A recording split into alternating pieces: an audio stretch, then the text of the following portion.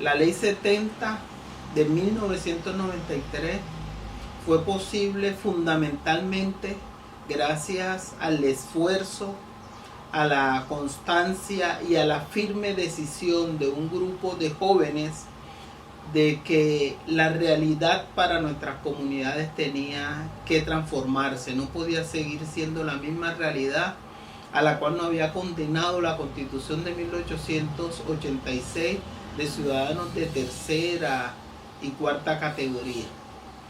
En tal sentido es necesario reivindicar la Ley 70 como el logro colectivo de nuestras comunidades más importante después de la abolición jurídica de la esclavización.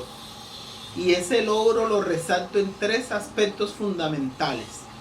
El primero, gracias a la Ley 70 fue posible encontrarnos.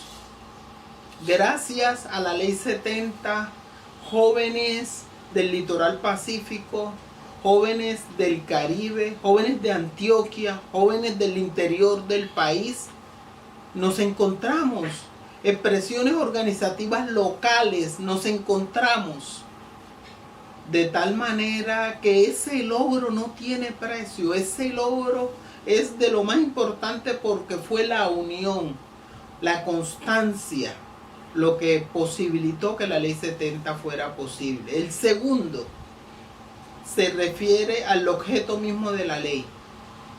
El objeto de la ley, reconocer a las comunidades negras como grupo étnico. Eso era impensable incluso cuando el artículo transitorio 55.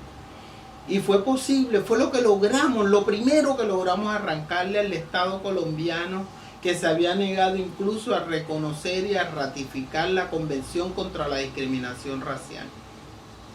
De tal manera que ese gran logro, y es un logro para todos, y el tercer gran logro de la Ley 70 fue el fortalecimiento de las diferentes expresiones políticas y organizativas de las comunidades afrodescendientes.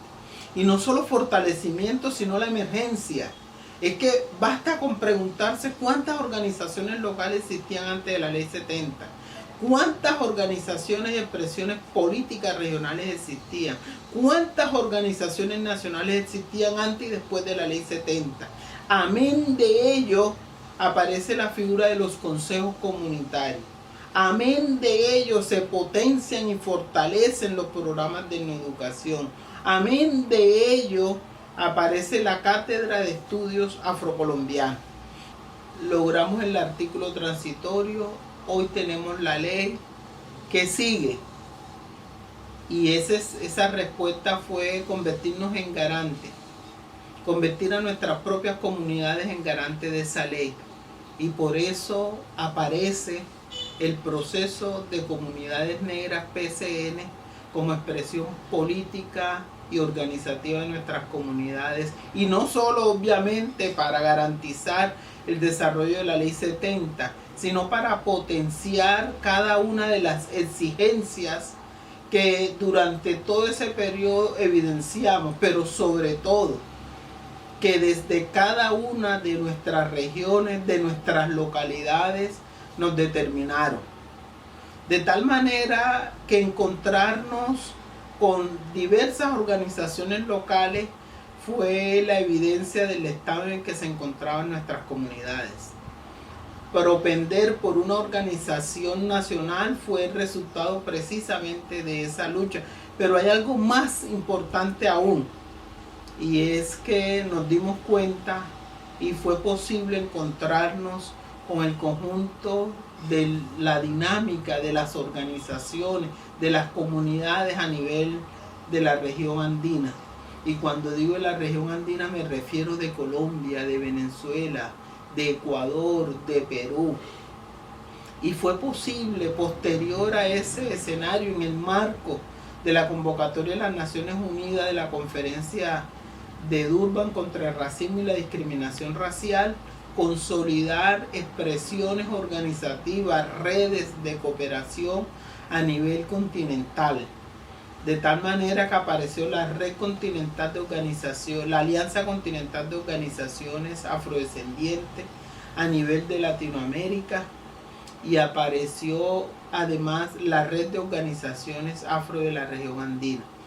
En otros términos, ese proceso, la conferencia de Durban, nos encontró lo suficientemente preparados y sólidos para poder aportar al nivel que lo hicimos, pero más aún posibilitó preparar a nuestras comunidades para una realidad a la cual en 1991 con la nueva constitución no estábamos preparados, no teníamos visibilizar, como es el arreciar de la violencia en nuestros territorios.